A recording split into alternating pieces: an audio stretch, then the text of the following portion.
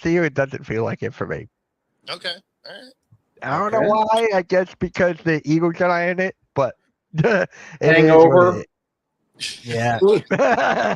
been Yeah. about 17 years since your team's been there, it doesn't really make that big of a difference Yeah, that's anymore. what I was thinking, right? Like, Yeah. What is up, Big C? How's it going, man? What's going on, guys? And Big C's gotten used to this feeling. oh, that's messed Oh, up. dang, man. Come I on, don't Nicky. know. I don't know any other feeling. It's going at him hard. What I need to know is there any Baileys in that coffee cup there, Bo? There should There's be. not. It was a good idea, but it was funny because I was just sitting there having coffee, and then I looked down. I was like, "Oh, I think I'm supposed to be on camera in like 3 minutes. I should probably get in there." And you know what else? You know what else decided to happen? The heater broke in my house on a day like this. So I'm in my bedroom today. I'm usually in the basement. So I'm like, one of those days. One of those days. Normal guys, Seattle for the win. I'm pretty sure most of us are going with Seattle today, most likely. So let's just get right into it, guys. Let's just get right into it. Do you guys have any Super Bowl traditions that you guys do for every single Sunday? So I'm gonna start off with Bo on this one. You got any Super Bowl traditions? Yeah, it's so sort of, but it's not one that you would think. It's because it seems like for the last 5-6 years, there's been people that are like, I'm boycotting the NFL and whatever. So I have a tradition of just like clowning those people the entire week. Going, you guys are full of it. There's nothing that's going to happen that's going to make you actually boycott it. Calm down. All right, Big C, you got any traditions for Super Bowl Sundays? Yeah, contemplating if I should still try to be a Dolphins fan or try to support another team because this is getting old and it's I don't know if I'm ever gonna see something different than what I've experienced so far in my life. I've been a fan for 37 years and I've yet to see my team in the Super Bowl, and I've consistently hoped and prayed that eventually it will happen. Well, now I'm starting to get up there, and I'm starting to question whether it's going to happen. So, I do wish I could maybe support another team. It's just not in me to do. I contemplate it every year. You know what bothers me the most? When people have two teams, like two favorite teams. Yeah. That's not real. That's not real. That's not a real fan. You know what I mean? Like if you can, I could sit here and try to be a fan of another team, but it's just not in me. You know what I mean? It's not in me to be something other than a Dolphins fan, and that's when you know the real fan. If you got three teams and I got an AFC team and an NFC team, or you know what I mean? Like, come on. Yeah. There's certain players I may be fans of. I wish them success, but not teams. Yeah, like there will be elements of teams that I like, right? So like my team is the Seahawks, and I'm not going to root for anybody else, but like I can appreciate like the culture that Campbell is building, right? So you kind of root for him as a guy, like, hey, I hope you have success, not against my team, but I hope good things happen there. Or the way the Ravens used to play defense, right? Like I always respected that, but I'm not like, let's go. No, I mean, you got one team. Yeah. Like you can respect other teams, and you can have admiration for what they're doing over there. Like I'm the biggest Barry Sanders fan, but I'm not a Lions fan. You know what I mean? Like I was a huge Kobe Bryant fan, but I wasn't a Lakers fan. You know what I mean? What is up, our crew? Yeah. Like there's a guy on the network, Pyro. He's a fan of the Chiefs and the Packers because of Aaron Rodgers. So I'm like, just be a fan of Aaron Rodgers. You don't have to be a fan of the Packers too. Like, just be a fan of like a certain player, like what Nicky said. Like growing up, I was a huge fan of Adrian Peterson, but then after what happened, I dropped it. So I'm like, yeah, I'm an Eagles fan, diehard. You see the jerseys behind me, so it makes a lot of sense. So, James, you got any traditions there? Overeating. That's the big one. If I find myself in a social atmosphere with a bunch of other people at a Super Bowl party, I will eat until I can't put anything else in my mouth. I have no control over that. We're going to talk about food in a little bit as well. So, Nikki, you got any Super Bowl traditions there? Yeah, unhealthy eating, either pizza, chicken wings. Recent years, I tried to limit it to smaller portions, but it is a Super Bowl tradition. You know what? Let's just get right into it then. What's your guys' favorite food on Super Bowl Sunday? Let's just get right into it because for me, it's like, I guess it will be pizza for me. I don't know about the rest of you guys, so I'm gonna start off with Nikki. Go the other way. Nikki, Super favorite food? Well, I kind of just said it. Chicken wings. I mean, True. James? Around here, I don't know if it's real popular in other parts of the States or not. Buffalo chicken dip is a huge thing around here. We love that stuff. So, yeah. Buffalo chicken dip. So there you go. Dropped it. I mean, that's Pittsburgh also, though. Yeah. Big thing up here. We love that stuff. James? I mean, not James. Oh, my God. Bo? Yeah, I mean, I'm always good for some wings or, you know, a lot of times we end up having like a taco bar or something too. You know, the things that like you can eat over a few hours. I'm always surprised when people make something that's good for like 15 minutes and it has to be hot. It's like, there's a lot of game left. Like, I don't know. We're like, it's always good. It needs to keep in a crock pot, right? Yeah, right. Or nachos. Nachos are cool. Yeah, for sure. All right. Big C, what about you? I mean, you do the pizza, the wings, maybe meatballs in the crock pot, little smokies in the crock pot, something like that, you know. Just the finger foods that are accessible and you can keep hot for long periods of time, you know. Yeah. Yeah, Super Bowl's definitely the best, and you got to make sure you order quickly. You don't want them to be waiting in line forever. Like, that's the worst thing, to be waiting in line before the game. What do you think, James Pierre Newton? Am I? Oh, the defensive rookie, he just got an assault charge. Oh, I forgot about that. Yeah. Okay, so if you want, I forgot about that. Yeah, that just happened like yesterday or the day before or something. That's real recent. So. Oh wow, yeah. Well, he's done there, so there you go. There you go. Meatballs in a crock pot, shrimp, James Pierre Jr. There we go. I got confused. Yeah. So yep.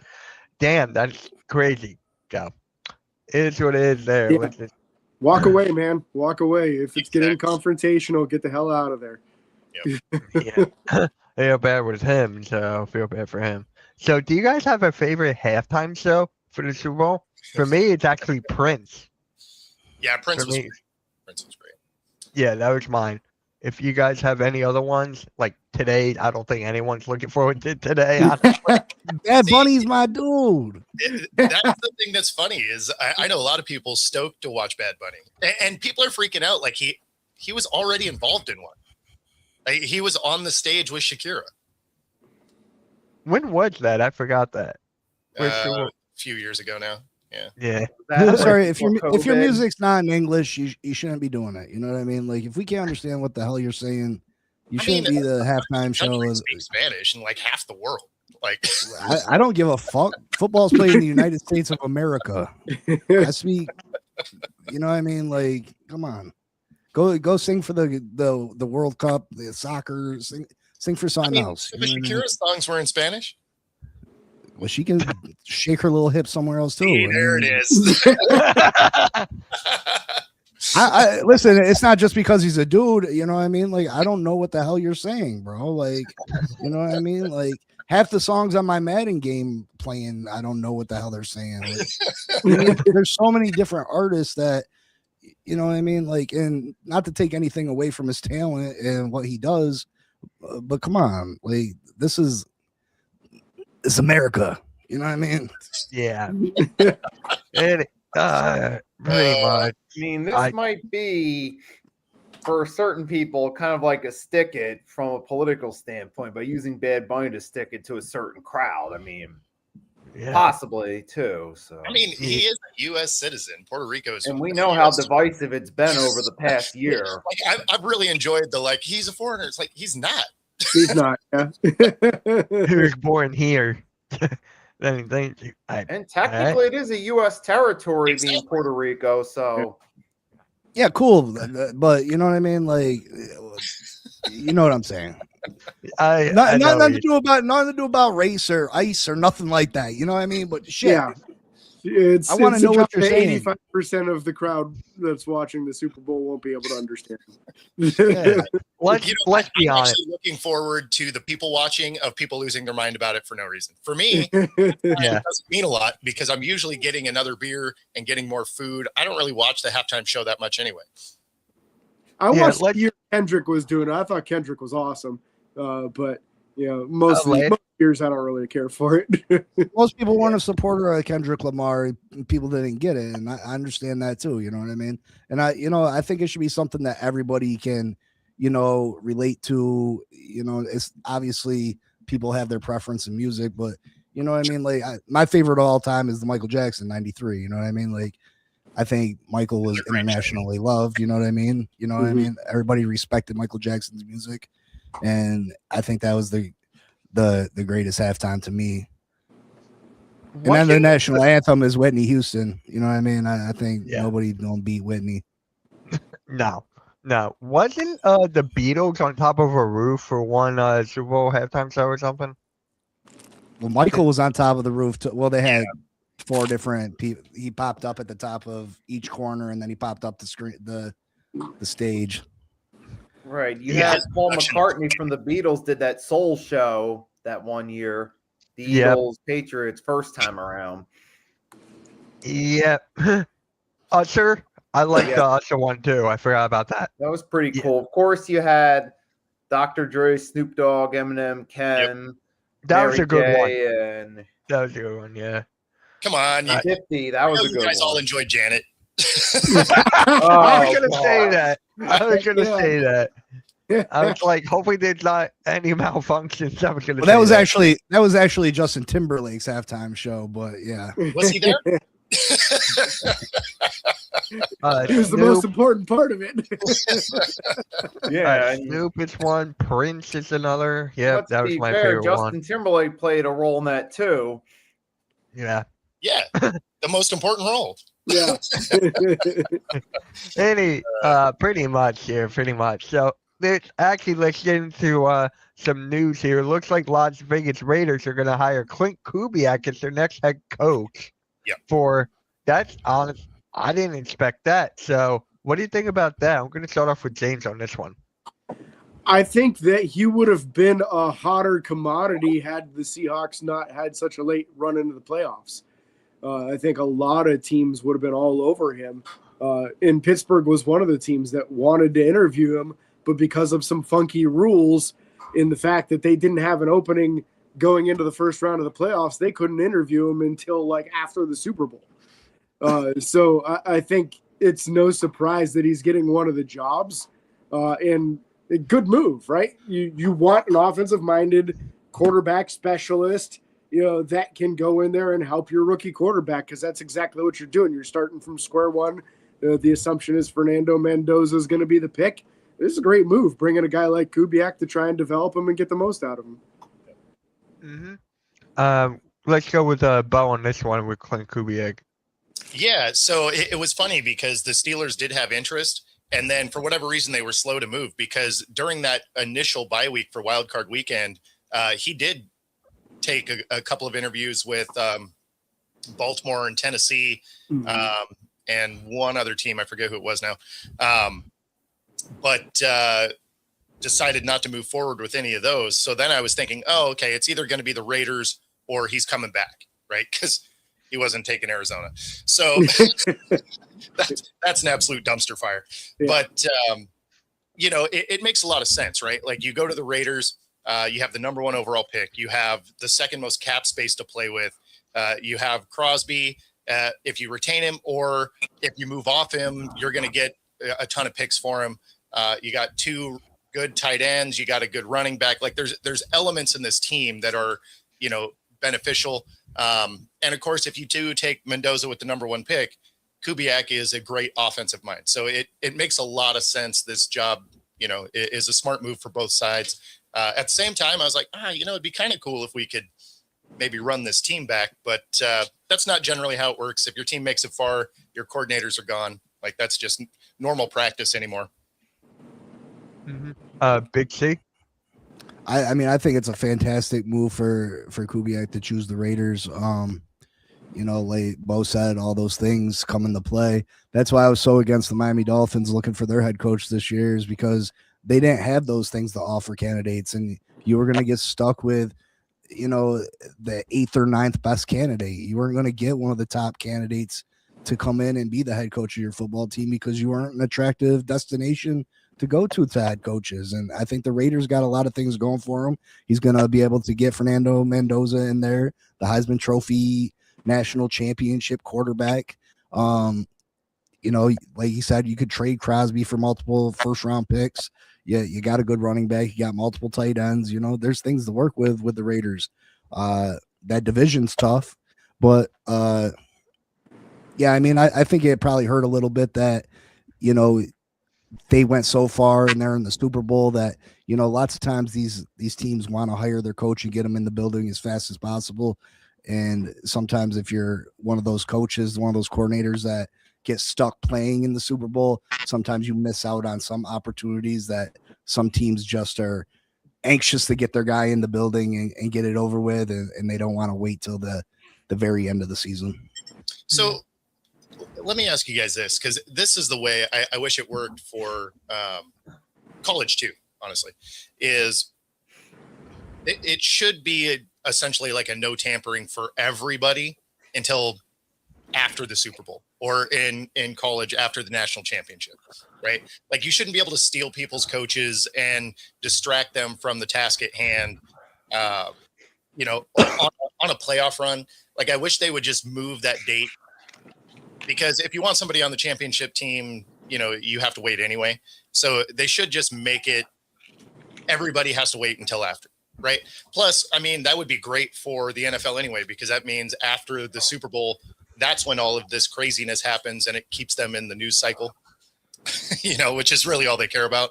So I don't know. For me, I wish they would push that out so that, it was just kind of a uniform date. Yeah. I think the problem is the calendar. If they do that, then they have to probably push back these college all-star games too, because you want your coaching staff at the college all-star games, the Shrine Bowl and the Senior Bowl, to evaluate the talent to see who you're going to pick. And those both happened already. So if you're going to do that, I think it's a good idea to do so, but you would have to push the Shrine Bowl and the Senior Bowl back past the Super Bowl, in my opinion, because they're just such huge events for evaluating talent. I don't know. Wasn't the Vikings GM at the Senior Bowl, and then they fired him before he got back? Yes. Like, There was. But also take that information somewhere else. Well, I mean, that's not that big of a pushback. What was the Senior Bowl last week? So Yes. I mean, Yes. No, exactly. So I mean, what are you pushing it back 2 weeks? 2 weeks. Exactly. Yep. Exactly. Yeah, I honestly don't know what to say about that, but yeah, Nikki, what is your thoughts about Clint Kubiak? I mean, this does have potential, of course, but there's always that question of, can you transition from coordinator to head coach? Because we see it doesn't always work out, but sometimes it does. It's one of those hit and miss, wait and see type of deals. Because you really don't know until you start seeing them in the locker room on how they pan out in that transition. So, as always, it's got potential, but we still got to wait and see how it actually plays out. To your point, like, it can even start off a little shaky. You could come out and be like Duval, and then still end up with a good year. Right. Yep. So the Browns defensive coordinator has resigned, like, abruptly. Yeah. So is he gonna go anywhere? I'm gonna start off with Nikki on this one. Is he gonna go anywhere on this, or is he done? I mean, has there been any reports of him having any health scares or anything like that that we know? He was of? upset. He was upset that he didn't get the head coaching job. Yeah. Jim Schwartz Yeah, thought that he should have been hired as head coach, which he probably should have been. Well, he was probably that, and he was probably frustrated with the Browns as a whole anyway. So No, it was 100% because he didn't get that job. 100%. Yeah. And then on top of it, he's like, wait a minute. I've been here busting my tail, making this defense a formidable force. I played a big role in you guys getting to the playoffs a couple seasons ago alongside that magical run of Flacco. I've been the most stable on the coaching staff, and you decide to go outside the realm, promote somebody else. It's like, no, I'm done with this. I'm going to look for some new opportunities. Well, they also did him a little bit dirty because there were other places that were interested in having an interview with him, and he was kind of in on being the Browns, and the Browns didn't do it, but they waited long enough that the other opportunities were already gone. So, I mean, I get some of the frustration on that end too, because it's like, they're trying to keep him locked in, basically. It feels but we're like. also going to make sure you can't do it somewhere else. So I would have quit too. I mean, the only downside is there's no open jobs now. So I don't know what the plan is there, but if he wants a job as a DC, he'll get one. I mean, the Browns defense has been good. What I heard is that he's planning on taking a year off, which is the smart move in my opinion, because everybody's going to look back on it and say, my God, what he did with that defense was incredible. Let's be honest, that's been the only thing that they've had to look forward to on that team for years is how good that defense has been. And Jim Schwartz has a large part to do with that. Obviously, you have a talent like Myles Garrett. You just unleash him and let him go do his thing. But there's a lot of other guys that have done a really nice job on that defense over the last few years, and he has to get some credit for that. So, yeah, just that's the Browns being the Browns. That's what Juju meant when he said the Browns is the Browns. They mismanage situations over and over. And this is, again, it. That was the best coach on that roster. And I guess that doesn't mean you necessarily have to make him your next head coach. But to intentionally screw him over from other opportunities like that too. They better hope he doesn't go to somebody like Cincinnati and turn that defense around and then play the Browns twice a year, because he's going to have a real bone to pick with them. I would not be surprised if he tries to land himself in a situation where he can be a thorn in the Browns' side on a regular basis. I'm not going to lie. That would be hilarious. Yeah. It would. I mean, James loves this right now. Cleveland Browns are falling apart, and James loves this. They can go ahead and hang all their hopes on Shedeur Sanders. Let's see how that works. See, what's even worse, because the Browns are the Browns, they've actually come out and said that they're going to give Deshaun Watson a real shot at winning that job. Because let's go. I mean, there's no better dumpster fire than when you throw some tires in it to really get it burning. Yeah, absolutely. Oh my living God! So, who's the new coach of the Browns? The OC from Baltimore who couldn't figure out that he needed to put Derrick Henry on the field. Exactly. Oh my living God! Where's my friend Garrett? He's a Browns fan. He was on the show months ago, but I'm trying to get him back on. He's insane. He won't come on. I don't know why I was thinking that, but it's Todd Monken. Munkin, yeah. Okay, that was it. Thank you. Yeah, it's our crew. The downfall of the Eagles. Your coaches want to quit. The O-line coach. Yeah, it's not looking good over here in Philly. It's definitely not. And there's only one person to blame, and that's Nick Sirianni. Other than that, nope. Nikki, you wanted to say anything about our Eagles with that real quick? I was going to say about this, it's unbelievable that they passed up on Jim Schwartz for a failed offensive coordinator. Yeah, but then as far as the Eagles go, man, that's not looking good, though, to lose your offensive line coach when you've consistently been one of the best offensive lines in the NFL for nearly a decade now. You got to wonder who's going to be his replacement. On one hand, though, fortunately, we still have some solid talent on the O-line, but that also depends on what we do with the offseason. So, it's going to be a long off season for us, Nikki. A very, very long off season, Oh yeah. and I'm not here for it. It sounded like he didn't want to give up the running game coordinator because he also kind of did part of that. And your OC was like wanted to take everything over. He didn't want to give that up, and so it sounded like he was kind of either give it up or you're out. And he's like, "Cool, I'm out."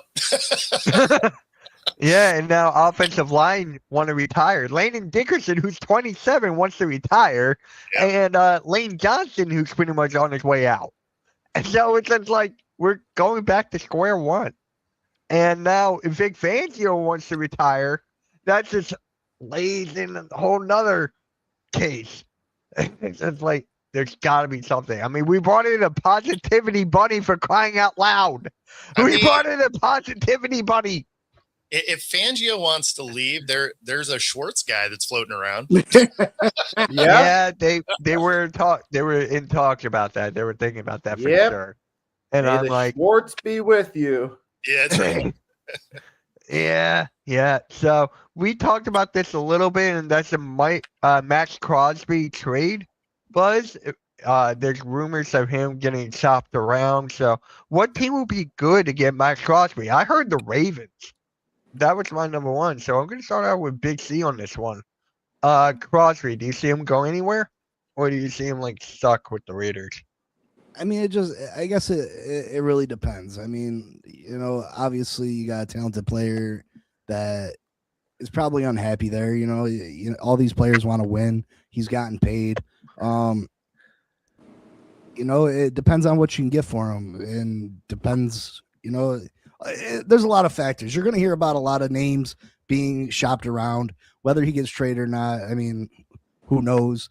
But teams I could see possibly, trading for him. Maybe the Detroit Lions, they had a down year this year. They could use some more pass rush help. Shoot. I mean, I don't know. All right. I'm going to go with Bo next. Yeah. So the biggest thing here is you got to look at teams that have draft capital give up, because he's going to command at least a couple of ones and then something else. And then they also need cap space because he makes a lot, right? Yeah. So a team that could use him, could afford him, that I really don't want to see him go to is the New England Patriots. They have a ton of cap space. They have draft picks, and everybody on their roster is cheap right now.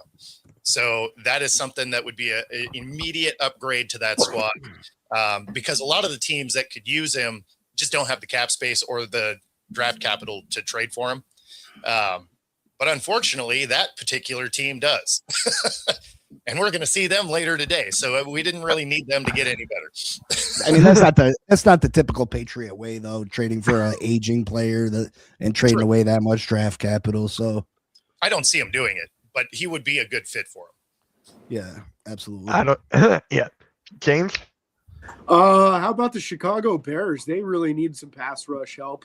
The defense is very, very good at forcing turnovers, but they let up yards like crazy. So they need somebody to help them get off the field on third downs. So I could see that being a move. I don't know what their cap situation's like. I won't pretend I've got that under my hip, but they definitely need a premier pass rusher, and he'd fit the bill there. You feel like you probably have your quarterback, a lot of positions in place on that team. So maybe you don't need the first round pick for the wide receivers and running backs and tight ends. You've got all that figured out already. So I think defensive side of the ball is where they need the help, and somebody getting after the quarterback to take them to the next level to be able to compete with Seattle and the Rams and make the deep runs in the playoffs. You better get yourself a pass rusher. It's got to be a team that they feel like this is the final piece that push them over the top and make them Super Bowl contenders. Yeah. No one else is going to be willing to trade away that many assets for that. It's got to be someone that's right there on the doorstep. They feel like if we add him, we're Super Bowl champs. Well, and it's funny because when they were talking about it before the trade deadline this year, they were talking about wanting 3 number ones for him. And like, if that's the case, he's a Raider moving forward because nobody's giving up 3 number ones. That's too much. Yeah, that is way too much. That being said, he's been unhappy there, but he may not be with the new coaching scheme that's coming through. Like, he may want to hang out and see what that's about. Mm-hmm. Yeah, I like that. Nikki? It's a good, interesting question. I mean, you could see the Patriots, but some of the teams that have draft capital aren't the most appealing in the world, but in space, like the Jets. You really think he's going to want to go to the Jets? No. Or even the Cardinals? I wish the Jets would trade their 3 first-round picks for Max Crosby. Do it. Hey, that does sound like a Jets thing to do, though. Yeah. I hope they do.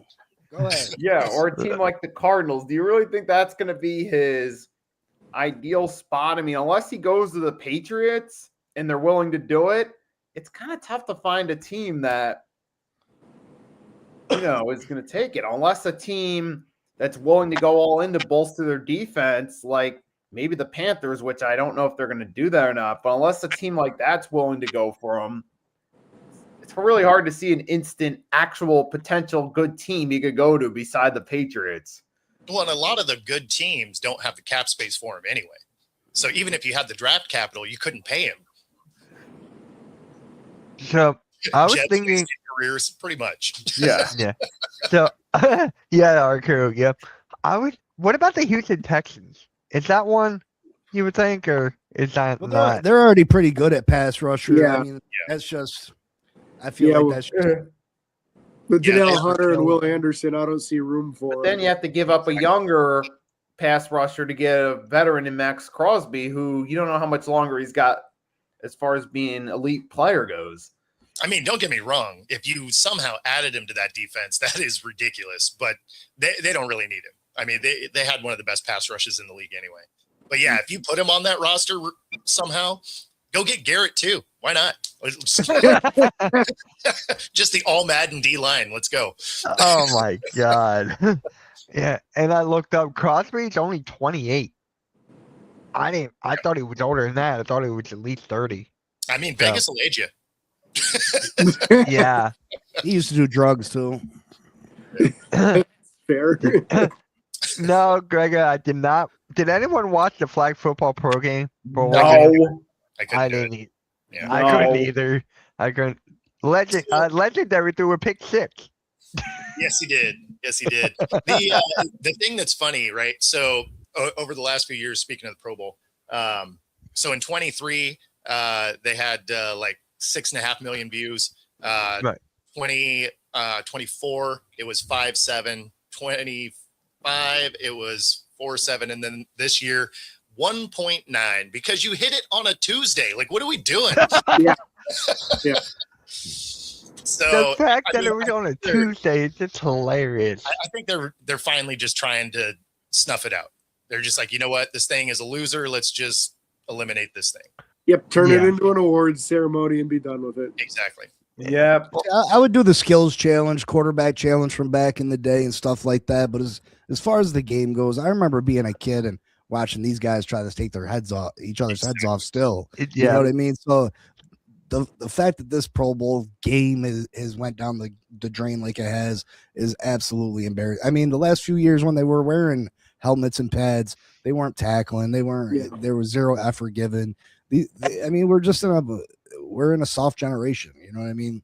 Back in the early 90s, these guys were out there rocking people, rocking them. You know what I mean? And You it's just a also- different day and age. when you think back to that era, because I agree, that was the last time that this game was any good, and it was still played in Hawaii at that time, right? So Yep. the guys wanted to go. Plus, the way they got paid was so much less than that. The $50,000 for winning the game was significant. Like, you wanted to win that game. Now these guys are making $5 to $10 million a year, so the $100K to win isn't really that big of an incentive, especially when you're not getting that free trip to Hawaii. You went to Santa Clara. Woo! That's why so many people bailed out, which is why you're seeing guys like Shador get in, or Tyler Huntley a few years ago. Joe Because- Flacco. Yeah, well, I mean, Huntley was the most ridiculous one because Yeah. he played 5 games and threw for 600 yards, right? Like that Yeah. negative. It was 2 touchdowns, the 3 picks too. Exactly. A losing record in those games. Shador, 1,400 yards in 7 games and a negative touchdown to interception ratio. I mean, you're not seeing the best of the best anymore because you got guys like Trevor Lawrence. They're like, yeah, no, I think I'm good. Like, so yeah. It's just crazy. I don't know. You guys know that the YouTubers do like a big flag football game there. It's like for all so, and it's just like that gets more viewers on YouTube than the Pro Bowl. Yeah, because people Oh, want to. Like that is just crazy what the numbers they pull there. So I don't think I'm ever gonna watch the Pro Bowl again. I don't think so. I don't know. I remember it used to be the Grammys or the Pro Bowl on the same night. And then it was just like, I would go to Pro Bowl, but now I'm going to Grammys. Bring back the old, yes, Vic, bring back the old ones. It's not going to happen. Yeah. Sadly, exactly. Sadly, that's never going to happen because for them to be incentivized the same way they used to be, the winner would have to be making like $5 million. Yeah, that's Yeah. what I was thinking. Is that you need to up the ante? It needs to be at least like 500 grand for the losers, $1 million per player for the winners, for it to be enough for them to even consider it. It needs to be equal to like a 1 game paycheck for these guys. Otherwise, it doesn't make any sense. And with Especially if you're not guys going making $40 million a year, good luck trying to do that on a Pro Bowl. It's Yeah. kind of like what the NBA is doing. The NBA is trying to change it up with like a target score, and they're trying to make it more competitive because I forget what the win. Nikki, do you remember what the winner team gets for that? Don't they get paid, like extra money for that? Something, but I don't know the exact numbers. Yeah, but my point is they're changing it to try to make it better. The NFL is not doing anything with the Pro Bowl. They're making it worse. So I'm just like, Pro Bowl used to be my favorite thing. It was that NBA All-Star game. Now, duck, dive, deep dive, and dodge. It's Yeah. First off, dodgeball. the Pro Bowl shouldn't be optional, in my opinion. I think if you're voted That's into the fair. Pro Bowl, you owe it to the fans to show up and perform. Yeah. Yeah, That's I fair. it could make it a lot more fun. Obviously, the game itself is a complete waste at this point. Some of the skill stuff they used to do, they could bring back, like a competition of who can bench press 225 the most times. Get your biggest defensive and offensive lineman out there on the bar, and let's see what they can do. The NFL's fastest man, they used to do a relay race. Well, not even a relay race. It was 4 guys in a track competition running at the same time, different events in like your fastest wide receivers, DBs, running backs, whoever wants to participate in it. And you get down to the final guy, and then you had your fastest sprinter in it. But you could still find got to force them though, because the top ones are so worried about their image and being embarrassed. You know what I mean? Yeah. Like I truly believe some of the fastest players wouldn't participate because I don't want people to think I'm not the fastest. I can continue to say I'm the fastest if I don't race. You know what I mean? So I think if you're voted in, you need to. But I agree. The skills challenges, the bench press, I would watch that. Yeah. The quarterback challenge from the early 90s. I used to have a Super Nintendo game, the quarterback challenge. Yeah. Like that was fantastic. You know what I mean? I remember Marino hitting the farthest target bullseye to win it against Craig DeBergen. He didn't make the money Marino was making, so he was counting on that bread, and Marino took it from him. Marino ended up cutting him a check for $17,000 because Marino's a good guy. You know what I mean? But yeah, bring that stuff back. Who can throw it the farthest? You know, you get Josh Allen and Patrick Mahomes out there, and you know what I mean? I mean, probably one of the biggest things was as soon as they moved it before the Super Bowl, you eliminated half of the guys that would have been in the Pro Bowl because your Super Bowl teams are generally littered with Pro Bowl talent. Exactly. So you're already watering the product down by eliminating every, Super Bowl team. And then it's optional. And I mean, it's just become an unwatchable product. And then they make it flag football and you're just like, yeah, who cares? And it's disrespectful to all these teams. You know, you look back and Marino made 13 to 15 Pro Bowls in his career, but now Shador's, got one. You know what I mean? Like it's not that prestigious, thing anymore. And they're taking it to the contract table like, hey, I'm a Pro Bowler. You know what I mean? Yeah. That's right. You got to respect the Tyler Huntley Pro Bowl. And then that gets factored into these guys' post-career accolades too. You know, when we start talking about Hall of Fame voting, you look at how many Pro Bowl selections, how many All-Pro selections, those things are factored into it. So you're really skewing how talented some of these guys are by, you know, 7th, 8th, 9th alternate guys getting in the Pro Bowl. It is just ridiculous what it has come to, because it was just like, it was one of my favorite things growing up. Now it's just like, why even bother? I'd rather watch like hockey or something, and I can't. And I'm trying to get back into hockey, and it's tough. So it's just like, I'd rather watch soccer, and I can't stand soccer. It's getting down that bad, but it's just like, and now wasn't the Pro Bowl like, it was after the Super Bowl, right? It was like a week or two after. Yeah. It used to be, yeah. It was in Hawaii, and it was a week after. So Super Bowl players could be in it. Then why do they make it before the Super Bowl then? And why do they do that? To me, that makes no sense. Yeah, I mean, they've just slowly been killing the product. Because the front office are a bunch of morons, and they thought it'd be a good idea, and they've yet to realize they made a mistake. And people can be done for the year earlier too. You know what I mean? They can, you know, all those players can be done 2 weeks earlier instead of waiting a week after the Super Bowl to go on their vacations and start their off season plans. You know what I mean? So it definitely gives them an extra 2 weeks of off time. Yeah. Yeah. I'm actually gonna watch a college basketball today. My Michigan's playing in it, so I'd rather watch that than the Pro Bowl. That's like, God, I hate it.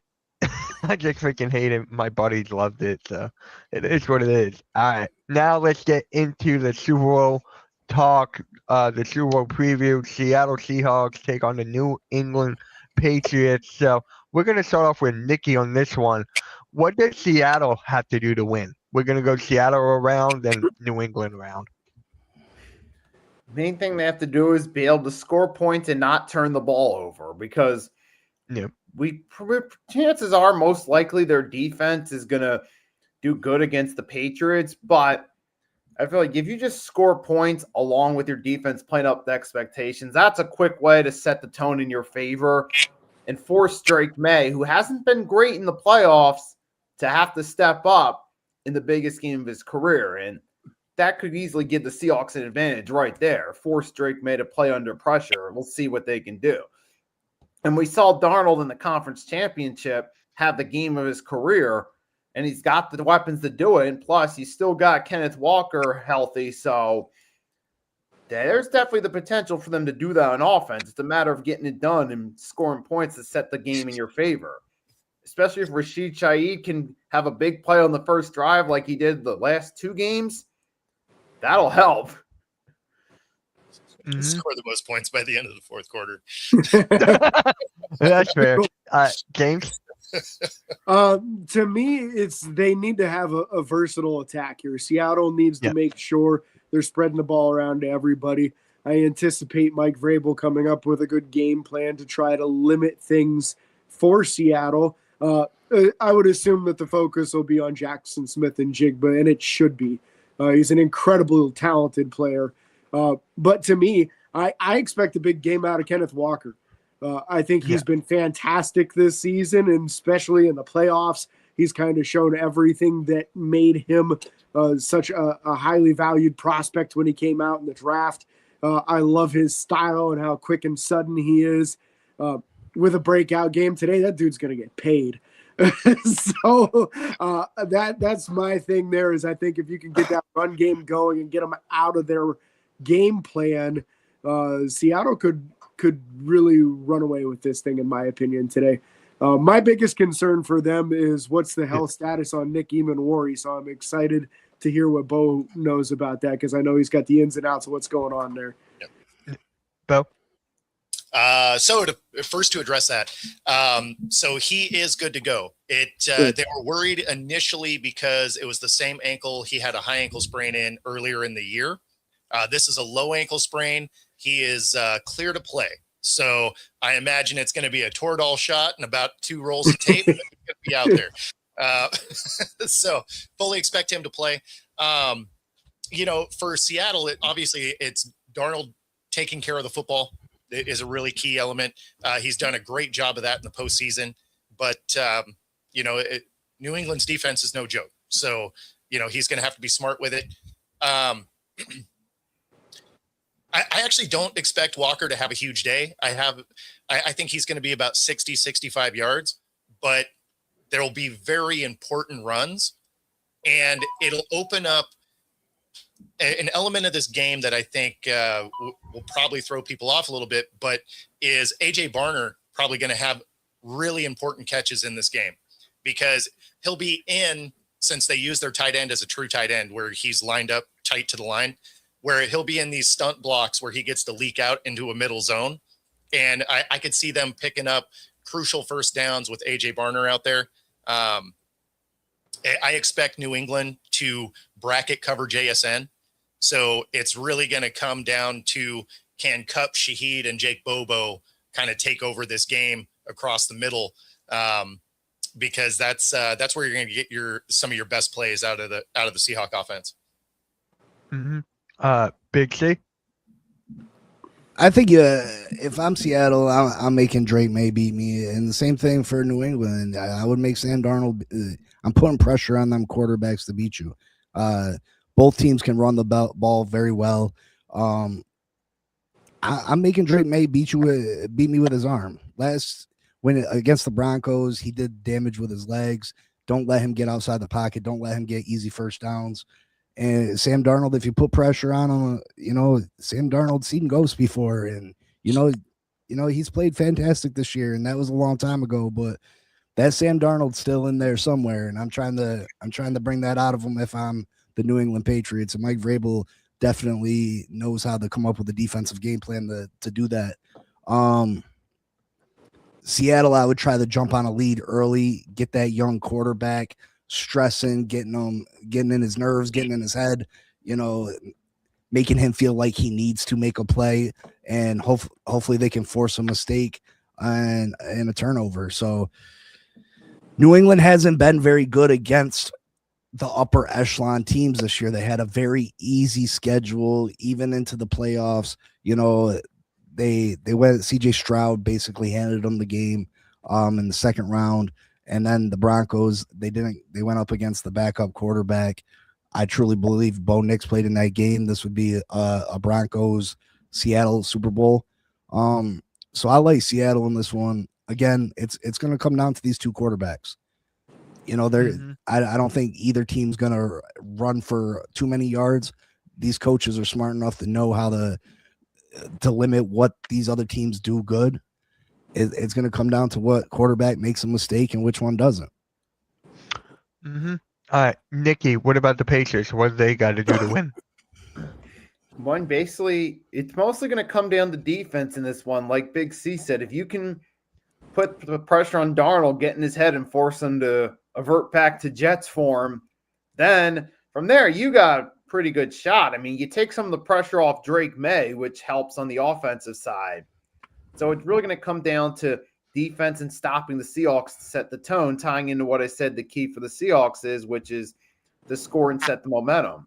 On the flip side, Patriots stop them. That takes some of the pressure off the offense, and you can use that momentum going forward.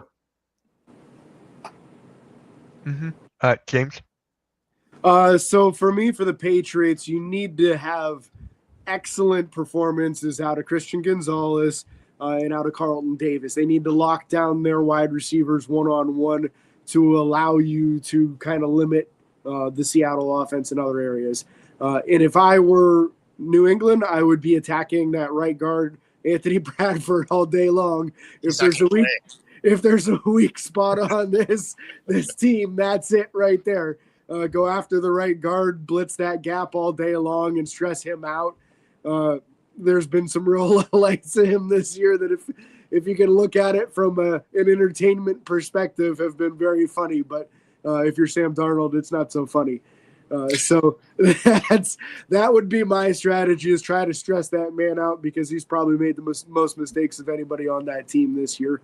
But Gonzalez and Carlton Davis have to play out of their mind good, I think, for New England to win today. Yeah. And Nick, halftime is probably yelling about how Bill Belichick should not be in the Hall of Fame. That is where he is probably. Right, just ranting nonstop. So, Bo, what did the Patriots got to do to win? Yeah, I mean, so to your point, Bradford is a problem. But if you look back at the NFC Championship game, they didn't play him. Oh, for real? Yeah. Smart So move. he was a little bit banged up. They went a different direction, and then all of a sudden the offensive line performed way better. I expect Bradford to have a very limited role in this offensive line for that exact reason. But, probably a key element for this is going to be, to Big C's point, they can't fall behind early. If they fall behind early and you have Drake May trying to press, he will make mistakes. We watched that through the playoffs. This is a defense you can't make a lot of mistakes against. So he's going to have to protect the ball well. A key element for him is also going to be RPO. His ability to use his legs to pick up first downs and stuff is going to be key in this. But there are some weaknesses to this Seattle defense, and that is kind of seam routes, in-cutting routes. Anytime they are one-on-one with an outside linebacker, like a Derek Hall, just not great in coverage. And so there are ways to exploit that. If you can get some of those plays going, it'll help open their running game up. So there is a path forward for them to win this game, but they're going to have to be, like everybody said, they're going to have to be lights out, especially on defense against the receiving core of Seattle. Mm-hmm. Big C, is there anything else you got to say, or did you already kind of covered it earlier? But if you want to add any more, go for it. Yeah, man. Like I said, I pretty much covered it. It's going to come down to which one of these quarterbacks, makes the big mistake. I think both of them are going to probably throw an interception. There was a question in there. Do I see both? I think both probably do throw an interception. Exactly. It's the player that throws the second interception, that crucial interception in the second half. Again, whatever defense can put the pressure on the opposing team's offense and get their offense a lead. I think a lead is huge to play with in this game. Sam Darnold, he's shown in the past that he's had issues when it came to pressure. You know what I mean? As far as game pressure, the seeing the ghosts and this and that. And Drake May's just a young quarterback. You know what I mean? This is overwhelming. This is the Super Bowl. You know what I mean? This is only his second season. They haven't been good against teams over 500 this year. They've beaten a lot of mediocre teams. And the Seattle team's not mediocre by any stretch of the imagination. And if the moment becomes too big and Seattle somehow gets up 14-0, he's going to be stressed to make a play. And New England doesn't have the greatest receiving talent. You know what I mean? They got Stephon Diggs, but he's past his prime. Hunter Henry's a nice tight end, but they don't got the greatest of skill players. They got some decent running backs, but as far as they don't have the players to come from behind. So if you get that lead, I feel like Drake May will be pushing it, and he'll eventually make a mistake. He'll force something, and that will cost them the game. Yeah. So shout out to my guy Eric the Joker here. He's actually part of the network. He has his own wrestling show, which is next, Joker's Asylum. But he's actually a Buffalo Bills fan. So that makes sense. I don't know how he feels about the Super Bowl either. So yeah, Big C, maybe we'll get him and you do a show or something about your division. We'll talk.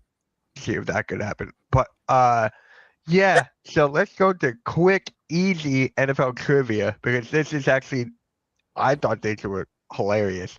Which Super Bowl were delayed due to power outage? San Francisco is where it The was. Ravens. It was the Ravens and Niners, yeah. Super Bowl 47. It was the Harbaugh Harbaugh versus Harbaugh. Yep. I want to see that again. That is why I wanted Harbaugh to go to the Raiders, so that way we would get that twice a year. But yeah, he went to. Now it can be in the Super Bowl again. The Giants versus the Chargers. Yeah, exactly. Please, I don't want the guys there. I don't want the Giants there. Give them a couple more years. Yeah, I don't think But- you're gonna. Huh? Yeah. Yeah. Don't worry about that real soon. Yeah. Which team completed the only undefeated season that capped with the Super Bowl? I mean, Big C has to answer that. Yeah, Come right. on, baby. You know what it is. You know what it is. The only team, baby. Yep. Have 72 fins. That's why I had to bring it up. And then, which team beat the Pacers to end their perfect season? The The Giants. Giants, Super Bowl So 42. there you go. See, quick and easy. So let's get into the predictions and then the scores. So if you guys want to put a score prediction, I'm going to put them down here and see whoever gets the closest. So for me, I got Seattle winning. I got Seattle 24-21. I think it's going to be very, very close coming down to the wire, and hopefully they don't, All right. We're going to start off with Big C and go around. I got Seattle 27-23. Nick Emery, Super Bowl MVP with 2 picks. Oh, let's go. Let's go. I like that one. All right. I'll put my MVP there too. For me, it was Sam Darnold. I feel like coming off of the best game of his career in the championship game, he just carries over. So who's yours again, Big C? I'm going to write those down as well. Nick Emery. He's going to How have do 2 you spell? picks. How do you spell his name? Good luck. E-M. ANWORI. Got it. All right. Bo, you're up. Yeah, so I'm going to go with Darnold just because that'd be a good story for the MVP. And then I have Seattle 27-24. So I think it's going to be a beautiful kind of game, which means they don't cover, right? That means Patriots cover, and they hit the over. Got it. James? I'm taking Seattle as well. I'm going 31-20. And I'm sticking with Kenneth Walker for my MVP. I think he gets in the end zone twice this year. Nicky, you gotta take the Patriots, or we're jinxing shit. I know. I'm sorry, but I'm going to go with the Seahawks by a score of 27-13. I feel like the second half when they start to take the game more in their favor. Yeah. What was your First score half's a again? little I'm more sorry. close, but then second half they kind of take it away. Nicky, what was your score again? 27-13. I feel like the second half is when Seattle starts to really take over. First half's going to be a little more competitive. Yeah. And then I hope you two are right, because especially if they can get that lead early so that I can have like less stress and just like enjoy some wings and beer. Nicky, who's your MVP? Who you got? MVP in this one? I'm trying to think. I'm probably going to say it's probably going to come on the defensive side of the ball. Okay. I'm trying to think of a guy right there. A lot of guys over there. There's 11. Yeah, exactly. And I could see maybe a guy like Leonard Williams playing a key role. Maybe stop the run, get some pass rush, maybe even a sack or a forced fumble. Got it.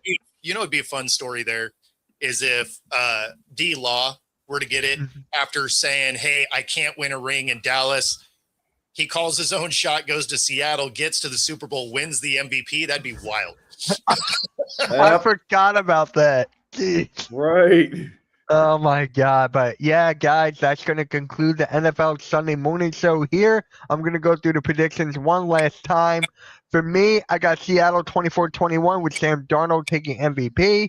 Big C's got Seattle 27-23 with Evan Nora taking it. And Bo's got Seattle 27-24 with Sam Darnold getting MVP.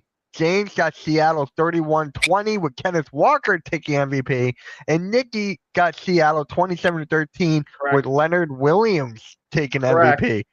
That will, if that happens, I'm like, Nicky, you got to hit the lottery if that happens. I mean, it's not outside the realm of possibilities. I mean, it's not. It's not. That's the point. Yeah. Smith, right? So, I mean, that was kind of a random one. I thought Cam Chancellor was going to win it that year. Yeah. And yeah, Alexander actually has JSN winning MVP. Okay. I've been seeing that a lot. That could happen. Yeah, he's got the skill. He does. Who- It would have to be a lot of yards after catch, though, because the problem Right. with I mean, if receivers you winning make the it, right the quarterback- catches, it could happen. Lynn Well, Swan only caught 4 passes, but won a Super Bowl MVP because of the magnitude of his catches. No, it's definitely possible. It's just harder for receivers to do it because the yardage they get, the quarterback also gets. Yeah, you need the quarterback to have a couple mistakes for the wide receiver to get the MVP. Exactly. All right. So with that being said, Nikki, what you got coming up, man? We got episode 46 of the 3-Point Blitz after taking a week off. So we'll have a lot to talk about: head coaches, NBA trade deadline, the Super Bowl. And then at night, me and Agent Warrior X, we're in the same time slot we did the NFL Pick'ems, but we're doing a new show, Everything on the Table, where we're going to expand the subjects past football. So stay tuned for that. That one's at right. 8 p.m. on Tuesday as well. All right, James.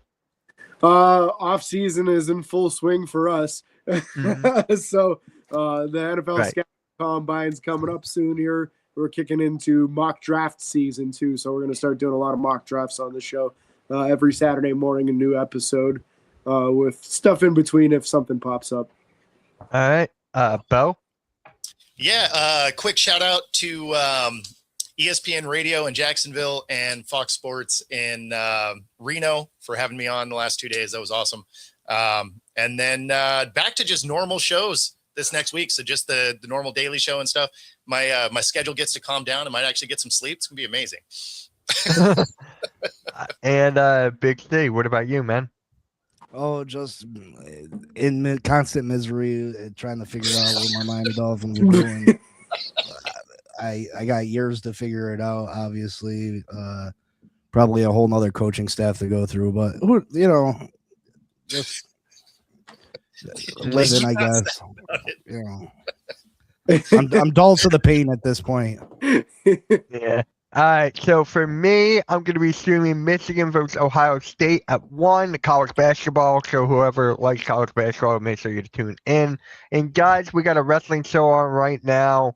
The Wrestling Asylum with my guy Eric. So if you guys like wrestling, go check it out. He is live right now. And with that being said, like, share, subscribe. Everyone have a fun Super Bowl Sunday. And yeah, let's go. See you out later. Peace, Good luck, guys. bud.